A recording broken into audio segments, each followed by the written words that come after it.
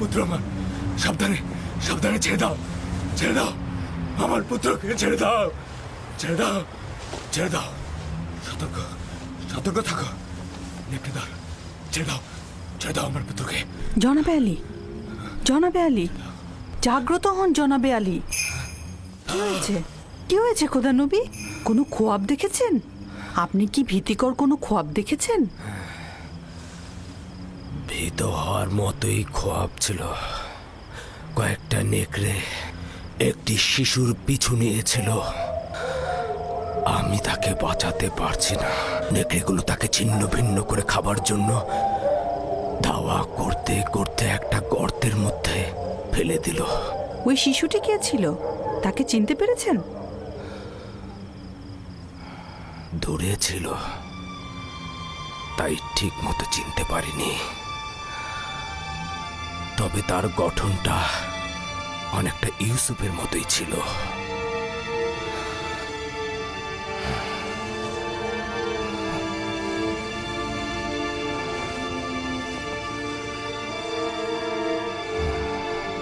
খোদার নবী, এই খোয়াবের ব্যাখ্যা আপনি অবশ্যই জানেন, তা না হলে আপনি এত চিন্তিত হতেন না।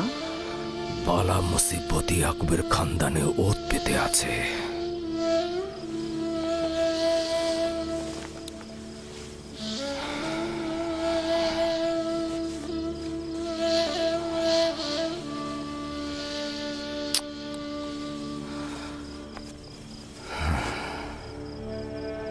খোদা কোনো বান্দারই ক্ষতি চায় না,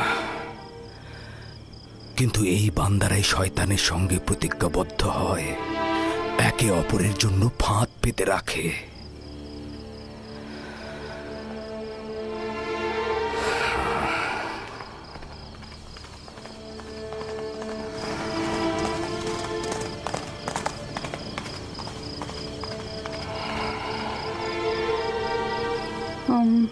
জনাবে আলী, খোয়াব দেখলে আসলে শান্ত থাকতে হয়, আপনি একটু বিশ্রাম নিন।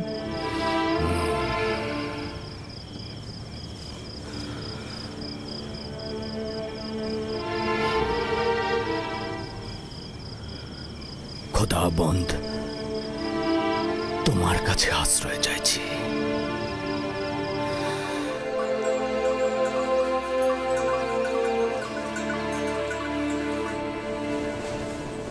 কি আশ্চর্য! যত, আশির, তোমরা গত রাতে তোমাদের আব্বাজানের চিৎকার চেঁচামেচি একদম শুনতে পাওনি? না, আমরা তো গত রাতে ঘুমিয়েছি, কিচ্ছু শুনতে পাইনি তো।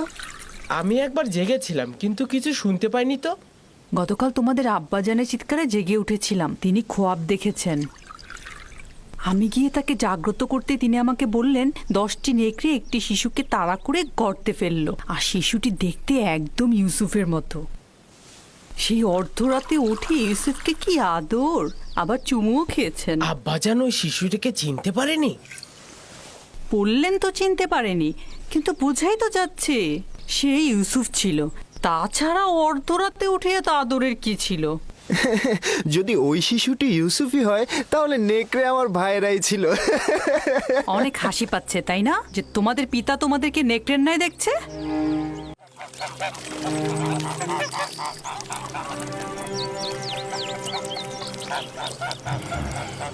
ইয়াকুব বলল সে একটা খোয়াব দেখেছে, 10টি নেকড়ে একটি শিশুকে তাড়া করে গর্তে ফেললো, শিশুটি দেখতে একদম ইউসুফের মতো। এটা তো মন্দ খোয়াব না। তোমার কি হলো বেলহে? ইয়াকুব আমাদের সন্তানদের নেকড়ের ন্যায় দেখেছে, এই খোয়াবকে তুমি ভালো বলছো? যেসব নেকড়ে ইউসুফকে ছিন্ন ভিন্ন করেছে সেসব মন্দ নেকড়ে নয়। হতে পারে বাচ্চারাই এ কাজ করবে, বাচ্চারাই করবে।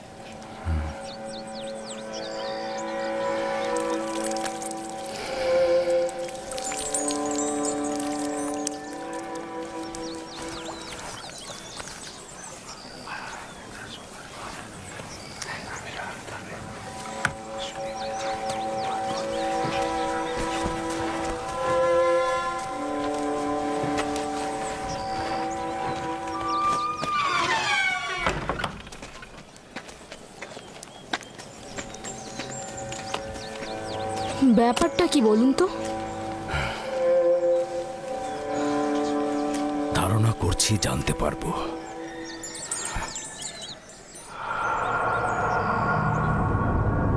আমাদের আব্বাজান সবসময় ইউসুফকে নিয়েই ভাবেন, এমনকি রাতের বেলা তাকে নিয়ে স্বপ্ন নাকি দেখেন।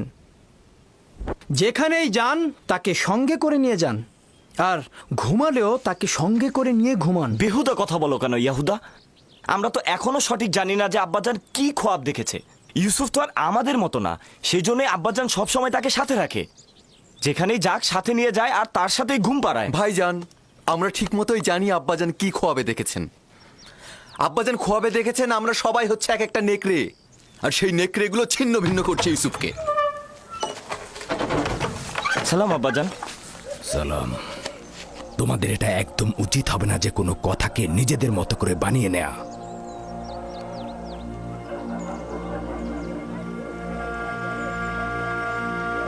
আমাদের আম্মিজান আমাদেরকে বলেছেন আপনি নাকি রাতে আমাদের নেকড়ের ন্যায় খোয়াব দেখেছেন, আর সেই নেকড়েরা ইউসুফকে হামলা করছে। এটা একদম সত্য নয়। আমি গত রাতে একটা খোয়াব দেখেছি, এটা সত্য। খোয়াবে দেখেছি কিছু নেকড়ে একটি বাচ্চা ছেলেকে তাড়িয়ে নিয়ে বেড়াচ্ছে। সেই নেকড়েগুলো না তোমাদের মতো, আর বাচ্চাটি না ইউসুফের মতো। আমি তো কারো চেহারাই দেখিনি। হ্যাঁ, 10টা নেকড়ে মানে বোঝাই যাচ্ছে আমরা 10 জন। আমি তো নেকড়েগুলোর সংখ্যা স্বপ্নে গুনে দেখিনি। তোমরা কোথা থেকে জানলে যে নেকড়ে 10টাই ছিল?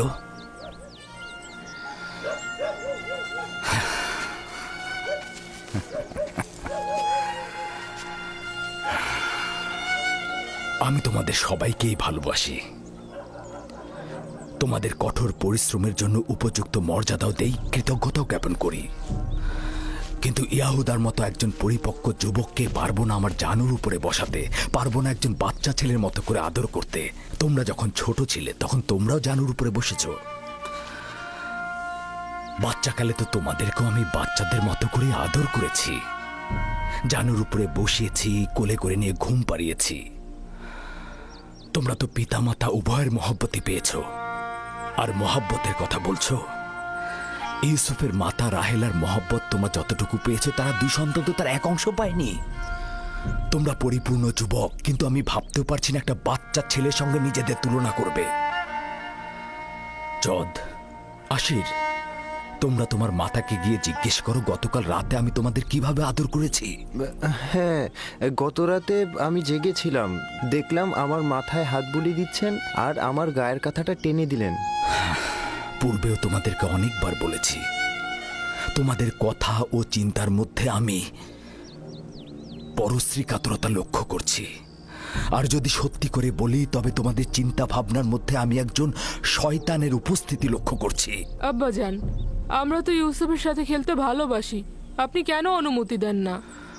আমি তো কখনোই বাধা দেইনি তোমরা ইউসুফের সাথে খেলবে। ইউসুফ তো তোমাদেরই ভাই, আর তোমরা ইউসুফের সাথে খেললে তো ইউসুফ অনেক খুশি হয়। তাহলে আমরা এখন ইউসুফের সাথে খেলা করতে পারবো? কেন নয়, এখনই যাও।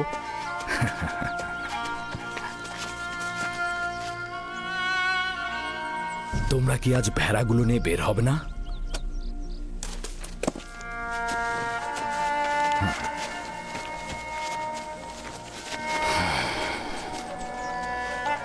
আমাদের ক্ষমা করবেন আব্বাজান।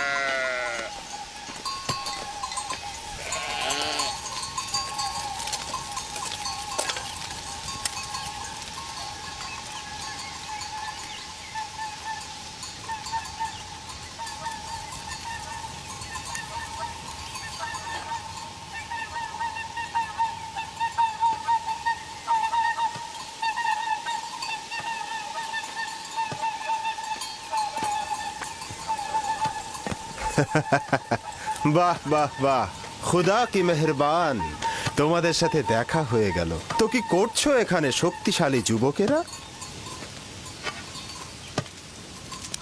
আমাদের দুপুরের খাবারের জন্য দুধ গরম করছে। বাহ বাহ বাহ, খুব ভালো। তো তৃপ্তি সহকারে খাও। এই তুমি কে? আর এখানে কি চাই? আমি প্রতিবেশী গ্রামের অধিবাসী। রাখালি আমার কাজ নয়, তবে ভেড়াগুলোকে মাঝে মাঝে এখানে চড়াতে নিয়ে আসি।